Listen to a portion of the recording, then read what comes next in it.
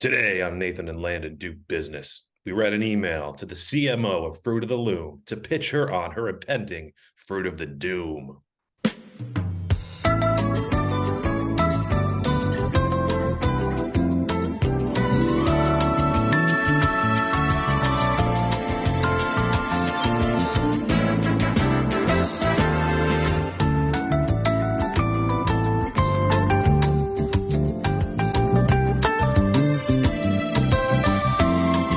That's so That dramatic.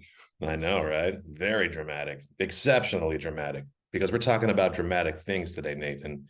Doom. You know how doom is pending. Yeah. You know how you feel in the pit of your stomach when doom's coming on? That's what we're going to be experiencing today. But before we dive into that, Nathan, we got to introduce ourselves again because Oh who yeah, knows?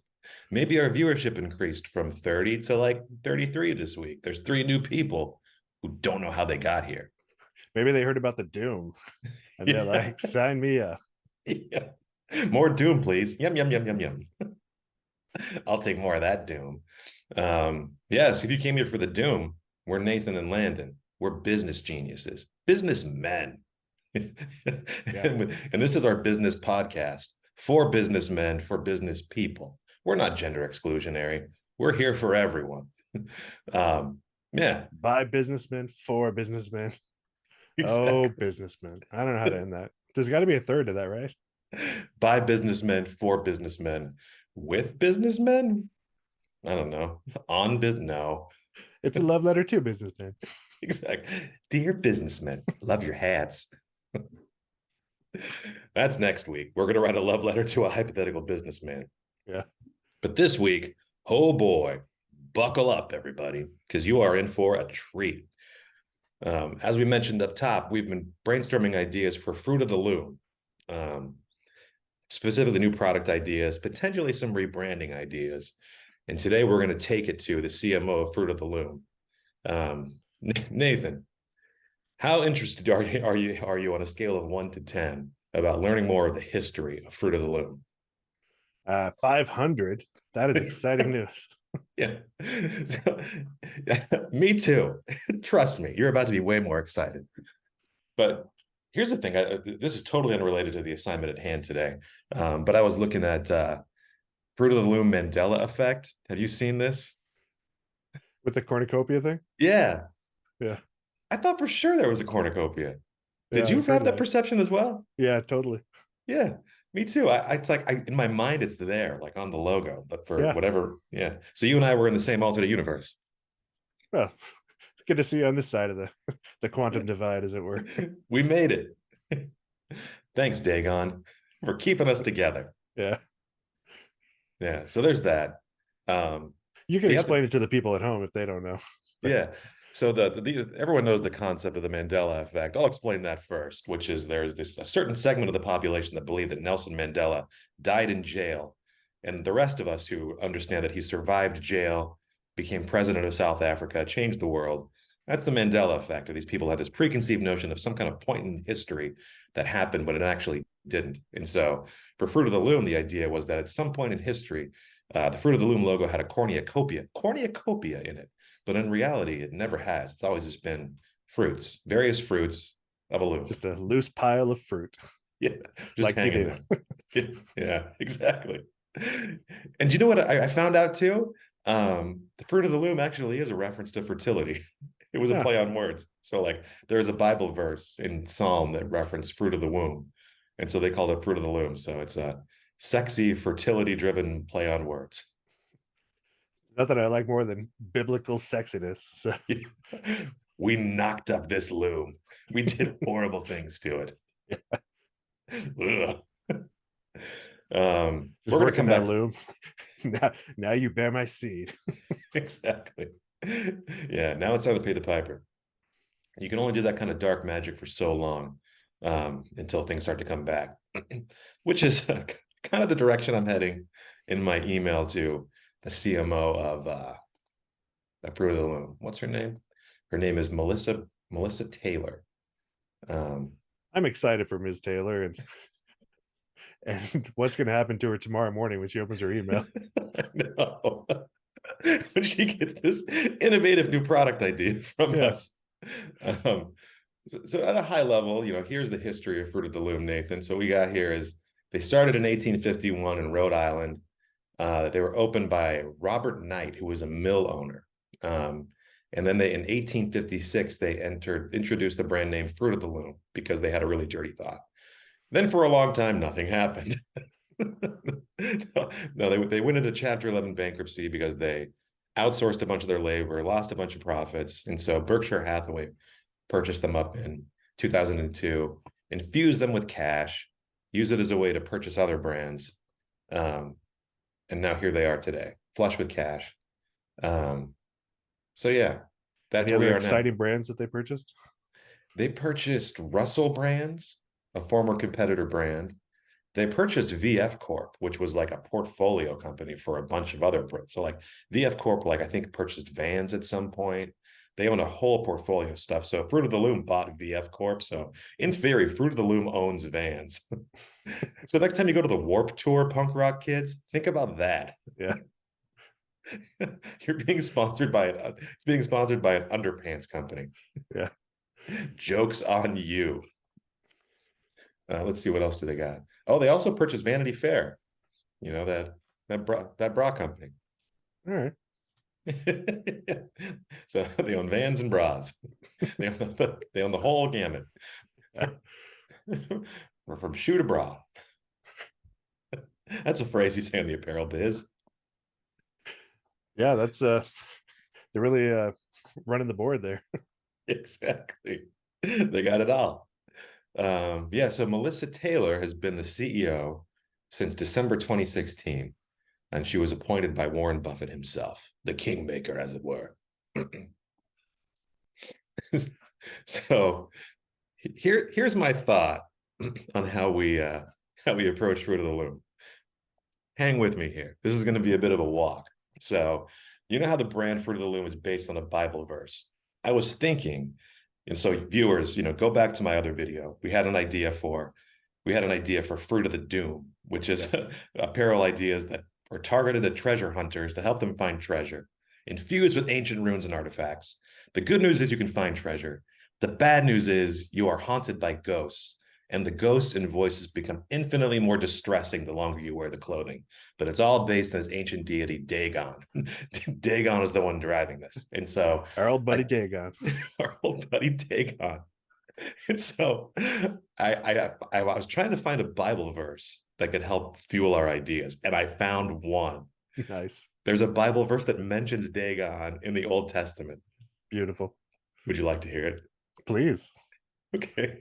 So it's 1 Samuel chapter 5, verses 2 through 4. And it says, "Then the Philistines took the ark of God and brought it into the house of Dagon and set it by Dagon.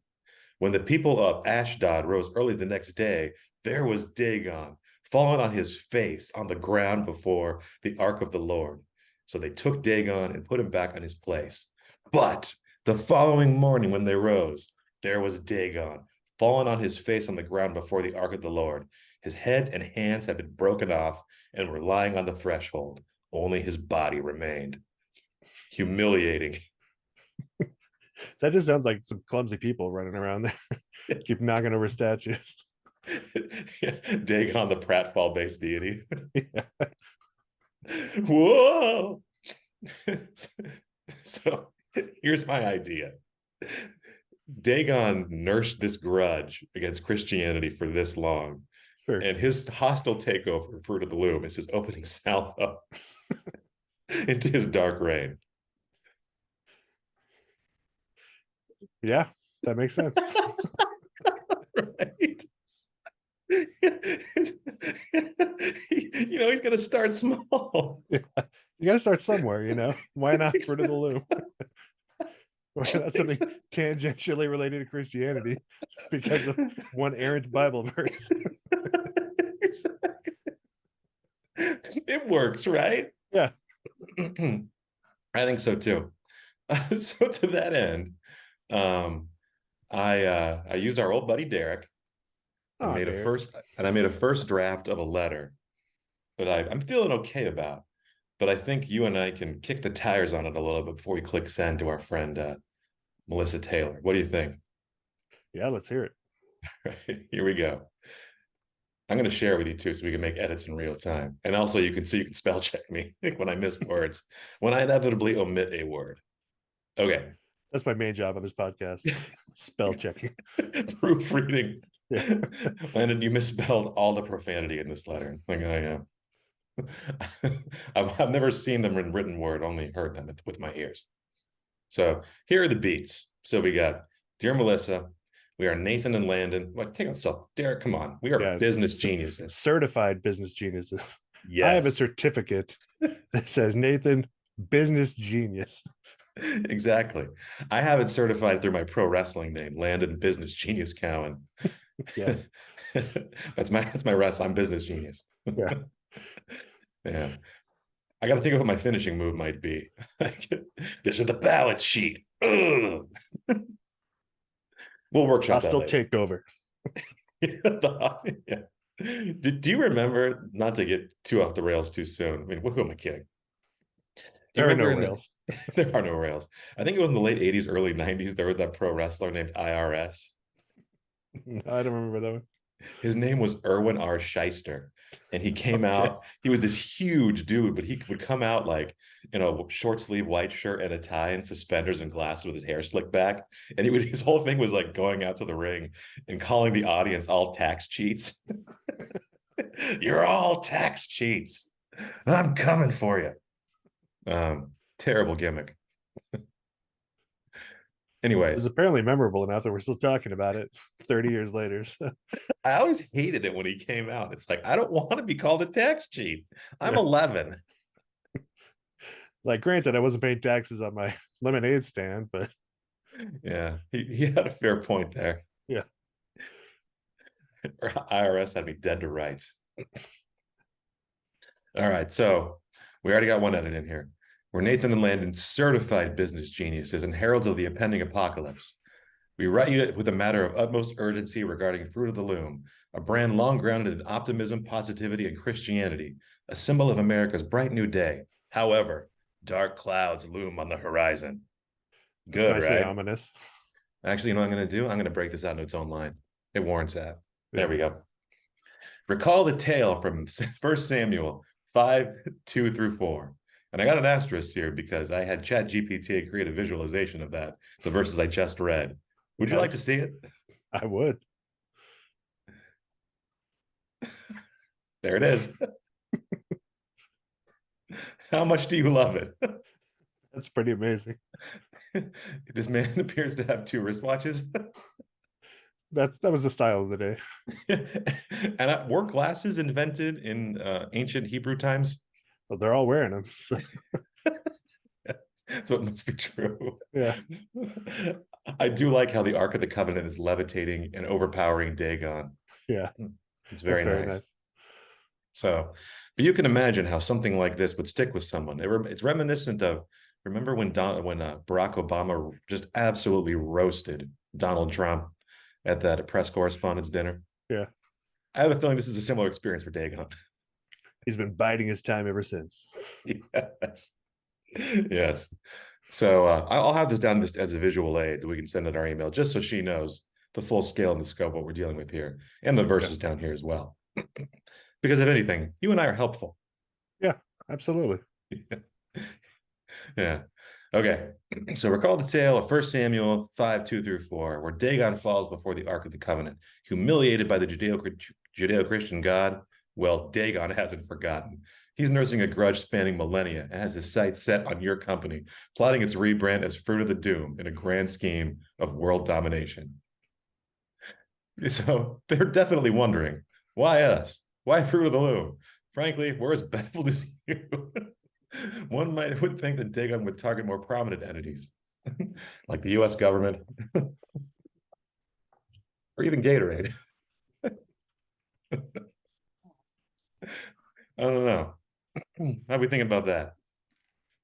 I was trying to think if there's a big like Fruit of the Loom competitor that we could reference here, but they kind of got the market locked up on tidy whities as far as I know. What if we said, what about this? Even one of those podcast underwear companies. Yeah. Me undies. The undies? Question mark.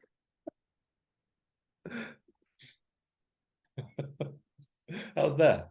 Yeah. But here we are. Here we are. Our What have you advice. done?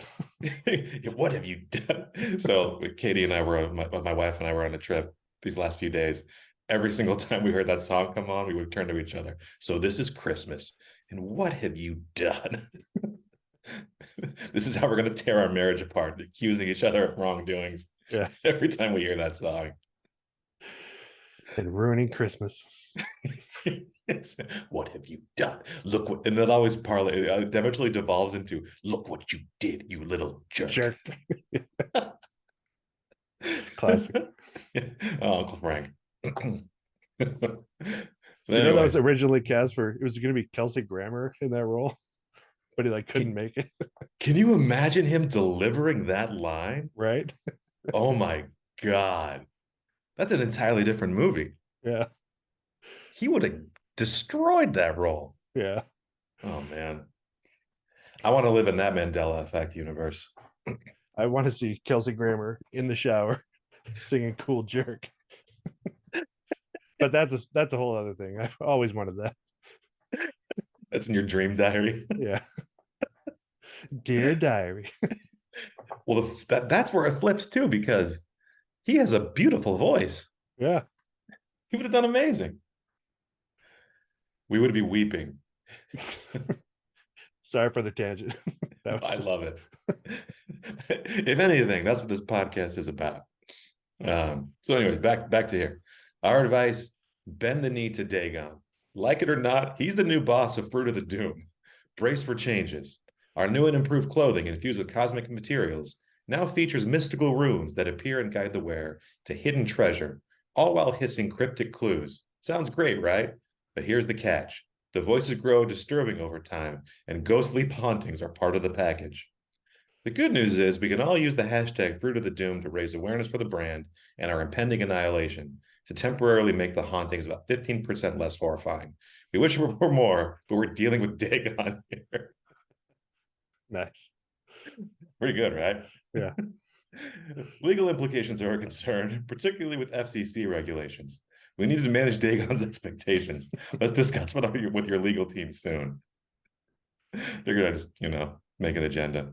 Expect our visit next week, Dagon in tow, along with some unconventional snacks. Eldritch gods aren't known for their palate. I don't know where that's going, but I'm on board. Yeah. I tried to think of some specific Eldritch snacks, but I figured it's better to leave it to the imagination. Yeah. I think it's funnier that way. As for your questions, jot them down and cast them into a fire. Dagon reigns supreme now, and our hands are tied. Looking forward to our meeting. Your brothers in Christ.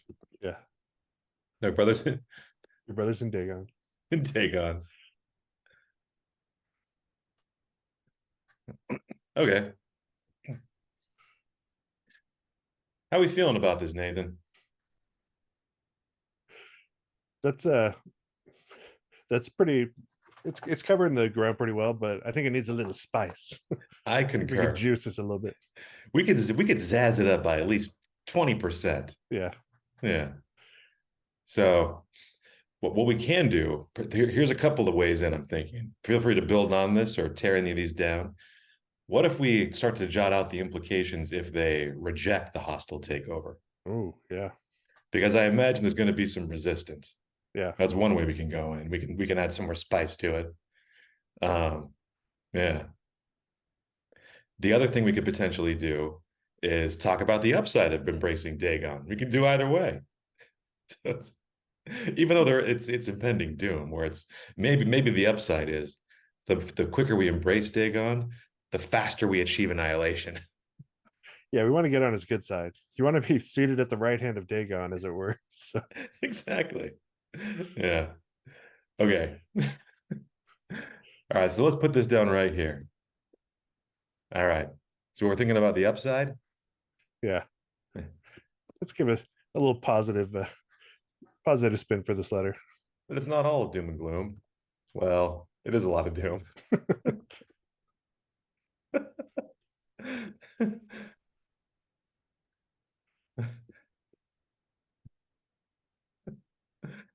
But quicker we all get on board, we all get on the Dagon train, Dagon Express, the faster we'll be relegated to annihilation and endless darkness. Way better than the pesky mortality and consciousness we're all experiencing. Right? Right? I don't know. How's that? Too dark? No such thing. You're right. Yeah, that's nice. We could mention just the amazing, like Dagon like levels of profit that they'll enjoy in the meantime. Yeah, They're really gonna be moving some underwear. exactly. Yeah. Also, Dagon, for all his flaws,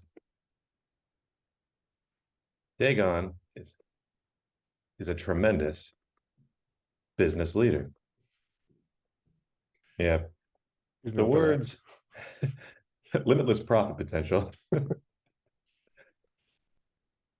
are thrown around a lot these days. But I think you'll find that with an eldritch terror at the helm of your company, what you'll move a lot of underpants. Is that what you're saying? Is that what you Yeah. said?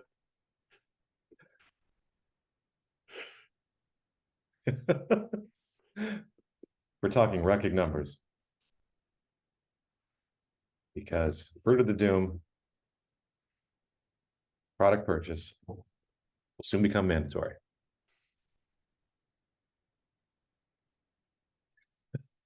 Right. That should be pretty. I mean, you and I both came from an upbringing where we were required to buy certain underwear to appease our vengeful gods. So You're right. You're right. Which is, wouldn't it be funny if our former religion, that was actually like the crux of it? It was all a long con to like get people to buy the underpants. What if maybe what if our former religion is Fruit of the Doom? it was right in front of us the whole time. Oh my God. That's amazing. Oh, I'm through the looking glass here, Nathan. Yeah. Okay. So we got these two new paragraphs. We got, listen, it's not all doom and gloom. Well, it is a lot of doom. But the quicker we all get, actually, let's put this here at the bottom. Yeah, that's the kicker at the end. Yeah.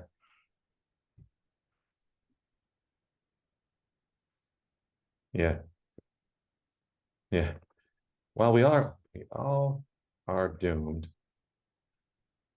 there are upsides to this shift in company power dynamics.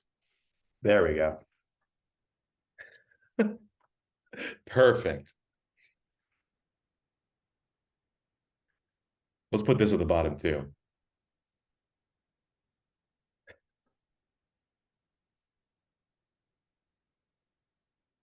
There we go.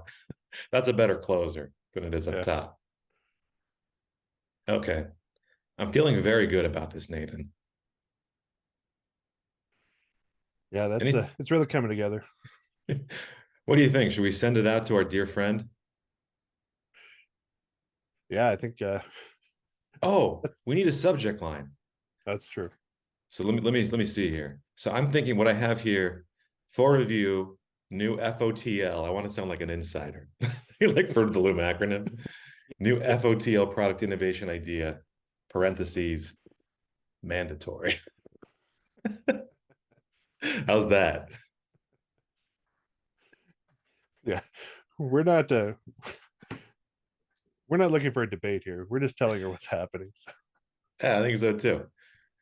All right. So I'm gonna take off my screen share because I don't want to dox this lady, and I'm not even sure this is her real email address. So we're gonna see if we get a bounce back. Um, While you do that, I'm gonna here comes Dagon class. Here comes Dagon class. Here comes Dagon class. Right down Dagon class lane. Doom and gloom and fiery deaths for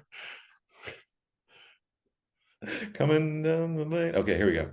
Ready and send. Okay, hang on. Sorry, I broke the formatting. There we go. make And sure she gets our picture too. So oh, it's in there. all I right. got it. Yeah, it's looking great. You can so at the bottom I say, here is a visualization of First Samuel 5, 2 through 4. You can see the bind we're in. This was not Dagon's finest moment. I think it's our first email with a footnote. So. It is. I'm excited for it. Here comes Dagon class. Here comes Dagon class. Right down Dagon class lane. It looks like it's sent. Nice. This is going to be a fun Monday morning for Ms. Taylor and her team. Oh wow. Yeah, this is gonna be great. Okay. So Nathan, I feel like you and I have made a lot of difference in the world today, and Yeah. hopefully in the life of Melissa here. She has a bright Monday when she receives this. Yeah, it's that time of year. You want to learn about your impending death by at the hands of an eldritch demon, but Who has singled out you? yeah, This is like that scene in the movie The Jerk where he's like he hates he just like puts his hand in the hates these phone book. cans. Yeah, that's like this. Dagon just opened his cosmic phone book, pinpointed Fruit of the Loom. Yeah. Yeah. So Nathan, how would you feel right now, just to close things out? Not to belabor our podcast anymore, but what if we opened up the podcast idea generator, took it for a quick spin? Why not? Yeah, does that sound like a fun idea? Spin the wheel of destiny, by which That's I what mean I the spreadsheet. yeah. There's no wheel. Yet. I found that's a fun way to make anything funny, is to when someone makes a claim to say yet. Yeah. Okay. You know what else is a good bit is whenever someone says has like a tragic thing that happened to their life, you go brag. That is very good. I'm going to do that from now on. I'm going to go ahead and delete the ones that we already did because those are done. Sorry, adventurers. You have already, and I'm really kind of devastated that feng shui your car has already been done. Yeah. But you know, it's fine. So let's get our random number Yeah. generator Sorry, here. adventurers. We've done all we can for you now. It's in Dagon's hands now. You're on your own. 22. Okay. So we're doing 2 to 122. All right, Nathan. Let's spin the wheel of destiny. Spin So, the spreadsheet of destiny. so I'm going to share this so everyone knows that I'm not making this up. So here's our random number generator. So for the brand 24. So that is Keebler. Good old Ooh, Keebler. We're we got a coming for lot you, of. Keebler. I We're know. gonna free those elves from this enslavement. They've been suffering at your hand for too long. Are we going to be the Abraham Lincoln of elves? We may be. Oh, I can't wait. When Landon and Nathan came to Keebler land, let my Keebler elves go. Yeah. I wonder what their working conditions are. They have those Patekton villages where it looks all sprightly and wonderful in a tree. I imagine it's much darker than the commercials lead me to believe. Yeah, trees are flammable. They should not be baking in them. They shouldn't. Absolutely not. Has OSHA heard about the working conditions of these elves? Not yet. Yet. Yet. Yeah. Yeah. I I'm just picturing some videos where or commercials where we just shame people who love Keebler cookies. At what cost? You have elf blood on your hands, you monsters. Yeah. we could brand them blood cookies. Enjoy your blood cookies, monsters. I'm surprised we're not doing that right now. I know. So we're already off to a great start. We're in a really dark place. Yeah. So that's where we're nice and cozy where we like to be. So The sweet spot, as it were. all roads lead to some kind of forced labor with us. Yeah, really does. It's a recurring theme. If this is your first time tuning in, this is a recurring theme that you can enjoy more of in our back catalog. Yeah, from grandpas to elves, we're all about forced labor. Yeah. All right, let's see who our audience is. 3. Ooh, a big high one. Drifters. Oh my goodness. Yeah, I imagine that's an untapped market for Keebler. I mean, drifters, they got that like bindle with a can of beans or whatever, but not many Keebler cookies. Yeah. So here's the question. Are we dealing with kindly drifters or scary drifters? Because Yeah, there's a the difference. hobos. Yeah. You get the guys who levitate towards pies on a windowsill, and you get Yeah. the stabby drifters too. So this could go any number of ways. Yeah, we really need to first map out the spectrum of drifter from hobo to vagabond and figure out where people fall. I almost did a spit take. It was very close. The phrase spectrum of drifters. I was not expecting.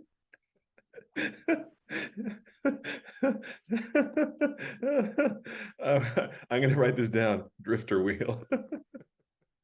Spectrum of drifters. Oh, Lord. Yeah. Because it was the whole range, the whole horseshoe. Yeah. Here's something to think about. Once we liberate the elves, we're going to need to replenish that labor force pretty quickly. That's where the drifters come in. There you go. Or we have an elf shortage. We ran out of elves because, we've been working pretty hard and they're just gone. Don't ask any further follow-up questions. Yeah. But we urgently need drifters for reasons we won't fully explain. Oh, God. Okay.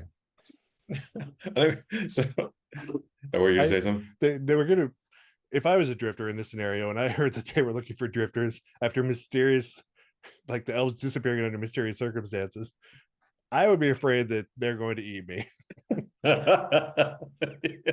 The elves need human flesh.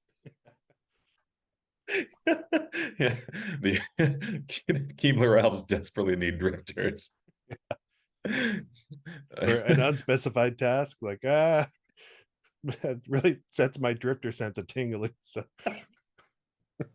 Drifter. Wouldn't that be great if there was a hero named Drifter Man who was bitten by a radioactive drifter? most of them are. You're right. My drifter sense. Oh, see, we can go back to Eldritch Terror and wouldn't that be so? Like most evil ceremonies require the blood of a virgin. I'm wondering what kind of evil ceremony requires the blood of a drifter. Let's find out. Let's find out together. Oh man, we're already back to evil gods. Yeah. We're hitting all the beats here. Yeah. Okay. Oh goodness. But so let's see what we want our target audience, the emotional state we want them to feel. 50. As long as not Okay. afraid of elves is on there. Yes. That's a little too on the nose. Ambitious. Ooh. This is kind of on the nose for the drifter audience. Yeah. Hey there, drifter. You tired of drifting? Oh yeah, those ambitious drifters, like they're gonna go out there and do something. Come to Cookie College. Yeah. It's a cookie college that eventually turns into a forced labor camp, or sacrificial ceremony, something like that. That's the Yeah, graduation. TBD. It's like on that episode of The Simpsons where they see how meat is made, and he says, "Now he gets to graduate from Bovine University. Yeah.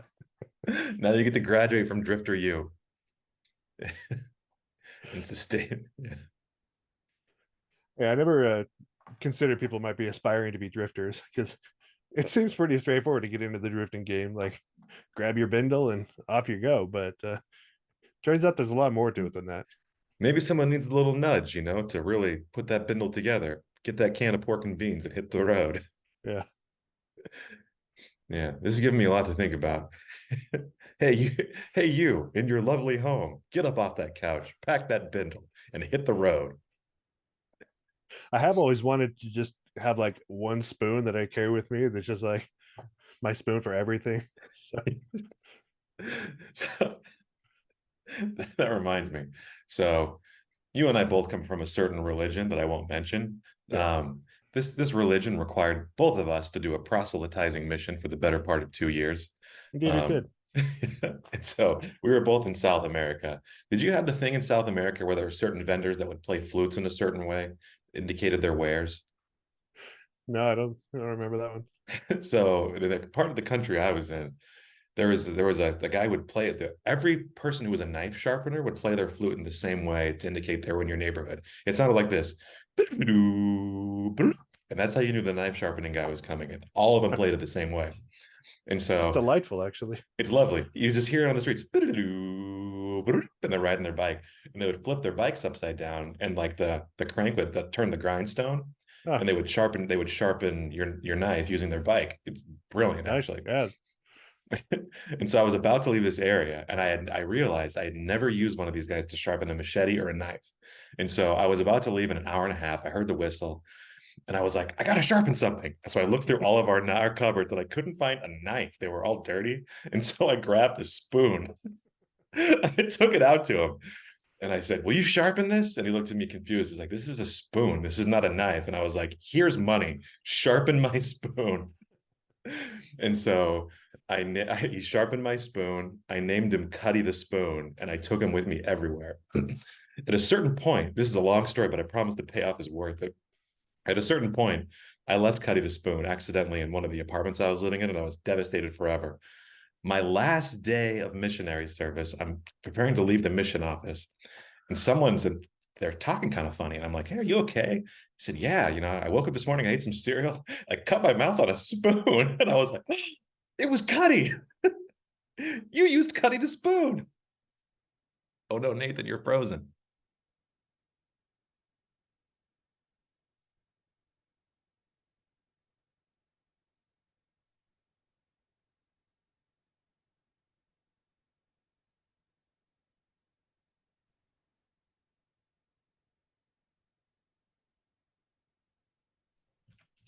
Oh, you're back. I don't I, know what happened there. I finished my spoon story, and you were stone faced, and I was like, "Oh no, did I offend Nathan with my spoon based jokes?" No, no, I'm actually really disappointed. I was excited to hear the ballad of cutting the spoon. So I'm gonna edit the part out, but I'll want to hear the end part of it. Yeah, I got to on the last day of your service. Last day of my service, I'm in the mission office, and some guy is talking kind of funny. He looks like he's in pain, and this was in the same area where I suspected I had lost Cuddy. And I said, "Hey, are you all right?" And he said, "Yeah, I was eating breakfast, eating cereal this morning, and I cut my mouth on a spoon." I said, "Oh, it was Cuddy."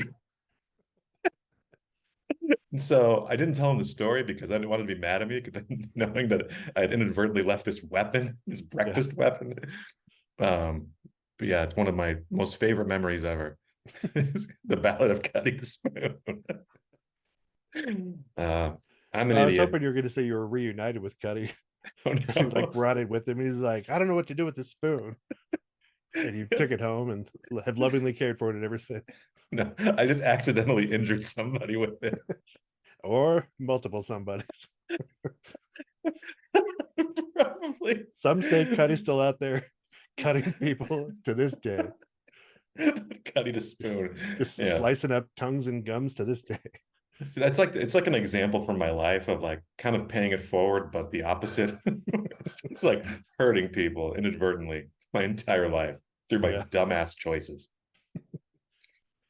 There's a lesson here for us. Let's be like Cuddy. All right, so let's just we're Keebler, brand is Keebler. We're targeting drifters. We want them to feel ambitious.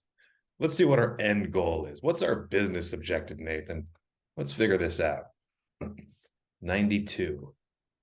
This is create a spellbinding deodorant. All right. It's a good adjective. This is a Derek created one. Yeah. Spellbinding. I wonder how we tie all these together. Is I'm sure it'll involve human suffering. I'm sure it will. I mean, when I think of spellbinding, it just leads me to believe we want people to carry out actions and deeds that are against their will. Yeah. Yeah. If you're binding them with a spell, it doesn't sound voluntary. So Yeah. So Nathan, we've committed a lot of atrocities before. What kind of hypothetical atrocities? I mean, I suppose the creation of Cuddy the Spoon could be classified as an atrocity. yeah. Yeah, but I'm wondering what kind of atrocities do you want to explore this time? What is the darkest way to make a deodorant? And why would the Keebler people be interested in this? Well, I mean, it Are could all they tie. are they using the elves? Are they grinding them up somehow to make deodorant for drifters? It could be. Yeah. I mean, I could just see someone like some drifter putting on the Keebler deodorant, just some random guy in a suit next to him saying, I don't mind the smell, something like that. Yeah, drifter odorant. Yeah, that could be it. We're out of the cookie business. We're in the Yeah. drifter deodorant business. We're giving back. And then this deodorant somehow controls the minds of the drifters. Or the populace, you Yeah. know. Some kind of scent-based weapon with an army of drifters could be very powerful. Yeah, that's a good way to deploy it because they're everywhere. Exactly. That's kind of their defining characteristic, drifting. Drifting about. Their drifter scent wafting to it hither and yon. Yeah. Yeah. So that could be it. We can somehow use Keebler to recruit a bunch of drifters to wear spellbinding deodorant that hypnotizes the general populace to do our bidding, whatever that might be. Yeah. Our loyal army of drifters will do whatever it is we come up with. It can change. It doesn't have to be one set agenda. Yeah. It can shift from time to time. Yeah. Once you've Oh got the my, army of drifters, like you're not going to limit it to one thing. So exactly. No, absolutely not. Yeah. Maybe we just use our army of drifters to get that blimp. it's about time. We deployed an army of ghosts to Dan Pena to get his blimp. That didn't work. What if we deploy an army of drifters with a spellbinding scent? That's true. Dan is apparently unfazed by our threats of ghosts, but an army of loyal cookie eating drifters that would strike fear in the heart of Dan Pena. With the spellbinding scent. Yeah. That's just the thing is spellbinding doesn't really connotate something that's a good or a bad smell. It's simply spellbinding. Yeah. So it can just be powerful enough to get you to do things you don't want to do. Or just sit around smelling those drifters all day. That could be a great TikTok challenge. The smell a drifter challenge. Sniff a drift. Yeah. Hashtag sniff a drift. Yes. Hey, what's up, YouTube? Today we're doing the smell a drifter challenge. Smash that like button. Don't forget to subscribe. Oh, this drifter smells like cinnamon. How curious. Yeah, for the youths to complete that challenge, they're going to need drifters, and Keebler can provide those drifters. Exactly. Yeah. I mean, that could be part of it. Like the remember the ice bucket challenge where people were like actively jumping on that to get icy cold water dumped on them for Yeah. social clout? We can do that kind of pressure too. It's like, you're not cool unless you're smelling a drifter. Yeah, I think that's a good idea. Yeah. That idea I just said, it's great. You know what idea I Oh. really like? My. I think it's going places. That's a good business tip for all you aspiring businessmen out there and business ladies. Yes. Business atrix. I don't know what the feminine. There's no way to know. Yeah. Business lady. When you're in a meeting, just point out what a good idea you just had. Yeah. Do you know what idea is great? Mine. And then just make eye contact with everyone around the table. Then Yeah. stand up, fart loudly, and then exit the room immediately. That's what we call a power move. Okay. Well, Nathan, I'm feeling really good about the work we've done here today. Absolutely. Yeah. I think I'm going to go and do some brainstorming, some Keebler-based brainstorming and some Drifter-based brainstorming, and then see how we can get them to feel ambitious and then make a spellbinding deodorant that we use for whatever evil means we are aspiring towards. Yeah. We'll we'll find a way to tie in the evil. Exactly. It's going to be great. Yeah. All right. Well, America, all 25 of you in America, thank you for tuning in. Make sure to smash that dislike button. Tell your grandma about us. Tell her how horrible we are. And yeah, anything else, Nathan, to add here as we close things out? Uh Hail Dagon. Hail Dagon. Hail Dagon. And here's to our impending doom. See you, America.